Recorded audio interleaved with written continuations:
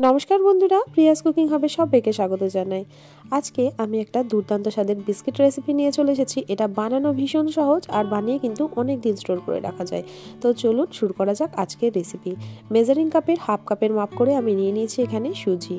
এখানে আমি সরু দানা সুজিটা নিয়ে নিয়েছি আর ওই কাপেরই মাপ করে নিয়ে নিয়েছি ময়দার জায়গায় আপনারা আটাটাও দিতে পারেন। আবার ওই কাপেরই ভর্তি করে নিয়ে নিয়েছি বেসন।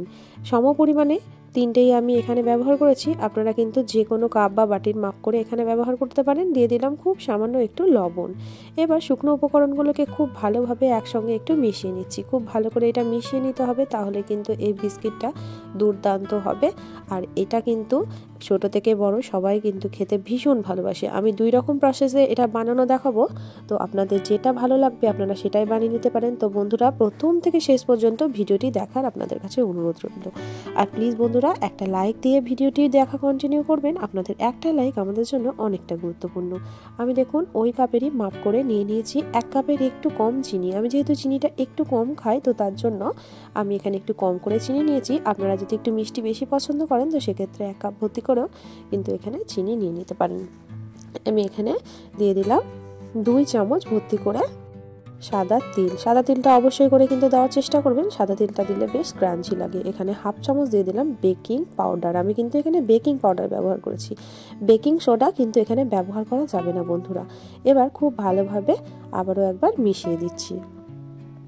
এটা এতটা ভালো লাগে যে বাচ্চারাও কিন্তু ভীষণ পছন্দ করবে। বাচ্চাদের কিন্তু টিফিনেও এই বিস্কিটটা বানিয়ে দিতে পারেন। ভীষণ হেলদি একটা বিস্কিট, খুব সহজ বানানো। একবার দেখলেই কিন্তু আপনারা বানিয়ে নিতে পারবেন। তো খুব ভালোভাবে শুকনো উপকরণগুলোকে আমাদের মেশানো হয়ে গেছে।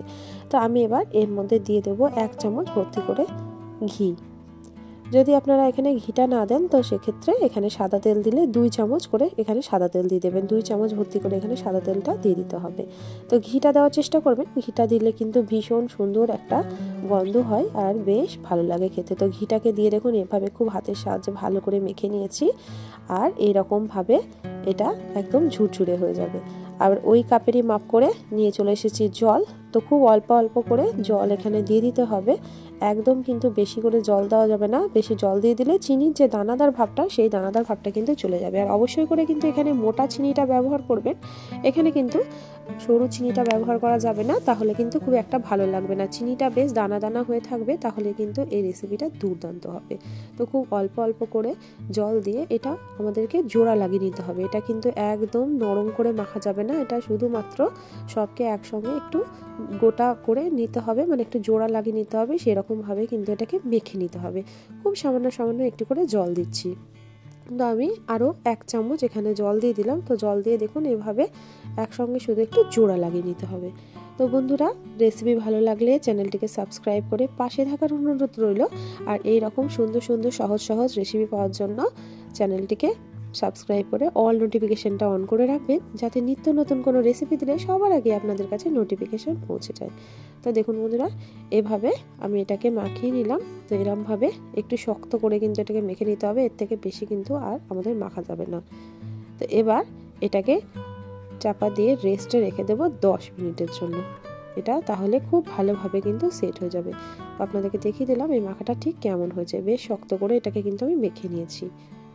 আর দেখুন এই মেজারিং কাপের হাফ কাপের ভর্তি করে আমি জল নিয়ে নিয়েছিলাম।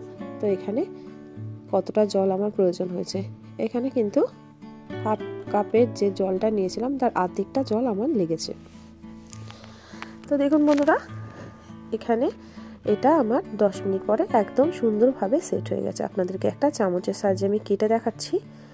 তো দেখুন চিনিগুলো কিন্তু একদম গোটা আছে। এই রকমই কিন্তু এটা থাকবে। বেশ চিনিটা মুখে পড়বে, বেশ দানাদার একটা তৈরি হবে এই বিস্কিটটা।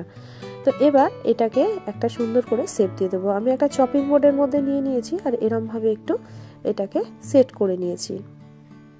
আপনারা এটা আপনাদের পছন্দ মতো যে কোনো শেপ কিন্তু দিয়ে দিতে পারেন। তো আমি দেখুন খুব সহজভাবেই এটাকে একটু কেটে নিচ্ছি। তো খুব বেশি মোটা করেও কাটছি না, আর একদম পাতলা করেও কাটছি না। আপনারা দেখেই বুঝতে পারবেন আমি কিভাবে কেটে নিচ্ছি। তো এরকমভাবে আমি কেটে নিচ্ছি। এটা খুব সহজ বানানো। আর হাতের কাছে একটা চাকু থাকলে এরকমভাবে চাকুর সাহায্যে আপনারা খুব সহজেই কিন্তু এটা কেটে নিতে পারবেন। তো দেখুন এভাবে আমি সবগুলোকে কেটে নিচ্ছি। আমি বলেছি এটা আমি আজকে 2 রকমভাবে আপনাদেরকে বানিয়ে দেখাবো। তো আপনাদের যেটা পছন্দ হবে আপনারা সেরকমভাবেই কিন্তু বানিয়ে নিতে পারবেন। তো দেখুন বন্ধুরা, খুব সুন্দর করে আমি এটাকে কেটে নিলাম, একদম সুন্দর একটা শেপ দিয়ে দিয়েছি। সবগুলোই আমার তৈরি হয়ে গেছে এখানে। তো আমি হাতের সাহায্যে একটু চেপে চেপে শেপটাকে একটু ঠিক করে দিলাম। এদিকে একটা স্টিলের প্লেট নিয়ে চলে এসেছি। স্টিলের প্লেট আমাদের সবারই বাড়িতেই থাকে। তো এইরকম একটা স্টিলের প্লেটের মধ্যে খুব ভালো করে তেল বুলিয়ে নিচ্ছি।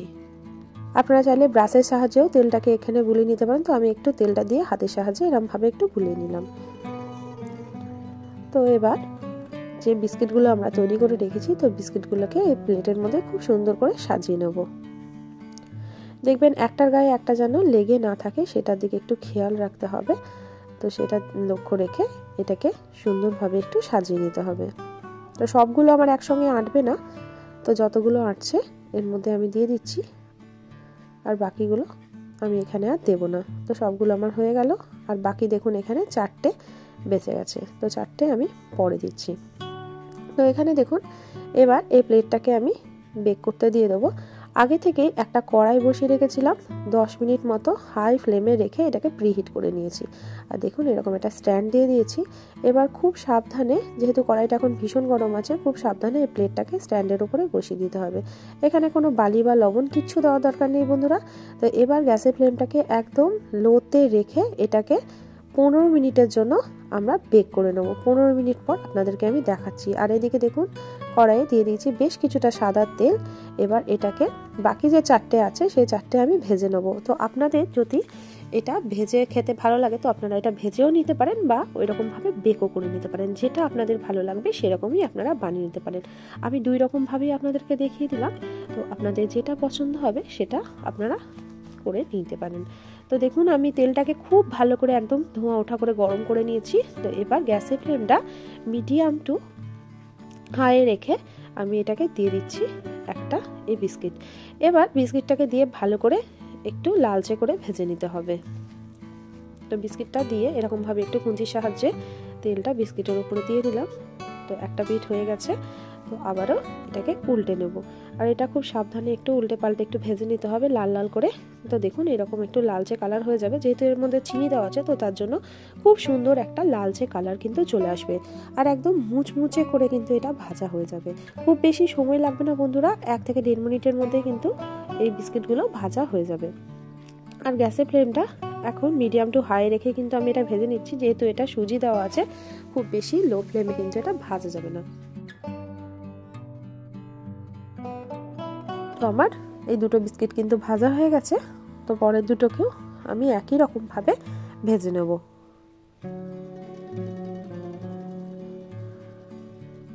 তো দেখুন বন্ধুরা কত সুন্দর একটা কালার চলে এসেছে। তো এই বিস্কিটগুলো কিন্তু আপনারা অনেক দিন পর্যন্ত স্টোর করেও রাখতে পারবেন। তো এটা কিন্তু স্টোর করে রেখেও বাচ্চাদের টিফিনেও দিতে পারবেন। আবার সন্ধ্যের সময় কিন্তু চায়ের সঙ্গে খেতেও দুর্দান্ত লাগে বন্ধুরা। যখন একটু হালকা খিদে পাবে তখন কিন্তু এই বিস্কিটগুলো আপনারা বানিয়ে রেখে দিলে অনায়াসে কিন্তু খেয়ে নিতে পারবেন। তো এগুলো সব আমার ভাজা হয়ে গেছে। আর এদিকে 15 মিনিট হয়ে গেছে। তো 15 মিনিট পরে আপনাদেরকে দেখাচ্ছি। তো সুন্দরভাবে কিন্তু এগুলো বেক হয়ে গেছে। তো নিচের দিকটা কিন্তু সুন্দর কালার চলে এসেছে। এখন কিন্তু বেশ গরম আছে, কিন্তু এখন শীতকাল, তো তার জন্য এটা কিন্তু খুব অনায়াসে আমি এটা ধরে নিতে পারছি। গরম হলে কিন্তু, এই গরমকাল হলে কিন্তু এটা কিন্তু হাতে ধরাই যেত না। তো এরমভাবে একটু আমি উল্টে দিচ্ছি। তো ওই দিকটা এতটাই গরম আছে যে হাতের সাহায্যে আমি পারলাম না। তো একটু চাকু দিয়ে একটু এটাকে নড়িয়ে দিলাম। তো তারপরে এরকমভাবে দেখুন খুব সাবধানে একটু উল্টে দিচ্ছি। গ্যাসের ফ্লেমটা কিন্তু একদমই লোতে আছে। তো এটাকে আবারও 10 মিনিট মতো বেক করে নেবো, যাতে উল্টো দিকের কালারটাও সুন্দরভাবে চলে আসে। আর দেখুন এগুলো যেটা আমি তেলে ভেজে নিয়েছিলাম সেগুলো কিন্তু একদম ক্রাঞ্চি হয়ে গেছে। তো এটা এখন ঠান্ডা হয়ে গেছে। তো আপনাদেরকে একটা ভেঙেও দেখিয়ে দিচ্ছি। দুর্দান্ত হয়েছিল বন্ধুরা, একবার হলেও এভাবে বানিয়ে দেখবেন। তো দেখুন ভেতরটা দেখুন কতটা সুন্দর হয়েছে। আপনারা নিশ্চয়ই দেখেই বুঝতে পারছেন কতটা খাস্তা আর মুচমুচে হয়েছে। এটাও কিন্তু 10 মিনিট বেক করা হয়ে গেছে। তো আমি টোটালে প্রথমে 15 মিনিট বেক করে নিয়েছিলাম, তারপরে কিন্তু এটাকে উল্টো করে আরও 10 মিনিট মতো বেক করে নিয়েছিলাম। মোট আমি 25 মিনিট এটাকে বেক করে নিয়েছি। তো 25 মিনিট থেকে 8 ঘন্টা এরকমই কিন্তু সময় লাগবে, এর থেকে বেশি কিন্তু সময় লাগবে না। এখন কিন্তু এটা ভীষণ গরম আছে, তো এখন এটা নরম মনে হতেই পারে। তো এটা ঠান্ডা হয়ে যাওয়ার পরে কিন্তু একদম ক্রাঞ্চি হয়ে যাবে। তো এটা সম্পূর্ণ ঠান্ডা হয়ে যাওয়ার পর আমি ফিরে আসছি। তো দেখুন বন্ধুরা, এখন ঠান্ডা হয়ে গেছে। এখন আপনাদেরকে এটা ভেঙেও দেখাবো। আর দেখুন কালারটা কতটা সুন্দর এসেছে। আর এর মধ্যে যেহেতু সাদা তিল দেওয়া আছে, তার জন্য আরও খেতে দুর্দান্ত লাগবে। তো এইটা কিন্তু বাচ্চাদের টিফিনে খুব সহজে আপনারা বানিয়ে দিতে পারেন। তো বাচ্চাদের জন্য যদি বানান তো সেক্ষেত্রে ময়দার থেকে আপনারা আটাটা ব্যবহার করবেন, তাহলে কিন্তু আরও হেলদি হবে। আর এটা কিন্তু অনেক দিন পর্যন্ত স্টোর করেও রেখে দিতে পারেন। তো দেখুন ভেঙে দেখাচ্ছি কতটা ক্রাঞ্চি হয়েছে, আপনারা নিশ্চয়ই দেখেই বুঝতে পারছেন। আজকের রেসিপি কেমন লাগলো বন্ধুরা অবশ্যই আমাকে কমেন্ট করে জানাবেন। রেসিপি ভালো লাগলে প্রিয়জনদের সঙ্গে শেয়ার করতে ভুলবেন না। আমার চ্যানেলটি সাবস্ক্রাইব করা না থাকলে চ্যানেলটিকে সাবস্ক্রাইব করে পাশে থাকার অনুরোধ রইল। অসংখ্য ধন্যবাদ ভিডিওটি এতক্ষণ ধরে ধৈর্য সহকারে দেখার জন্য।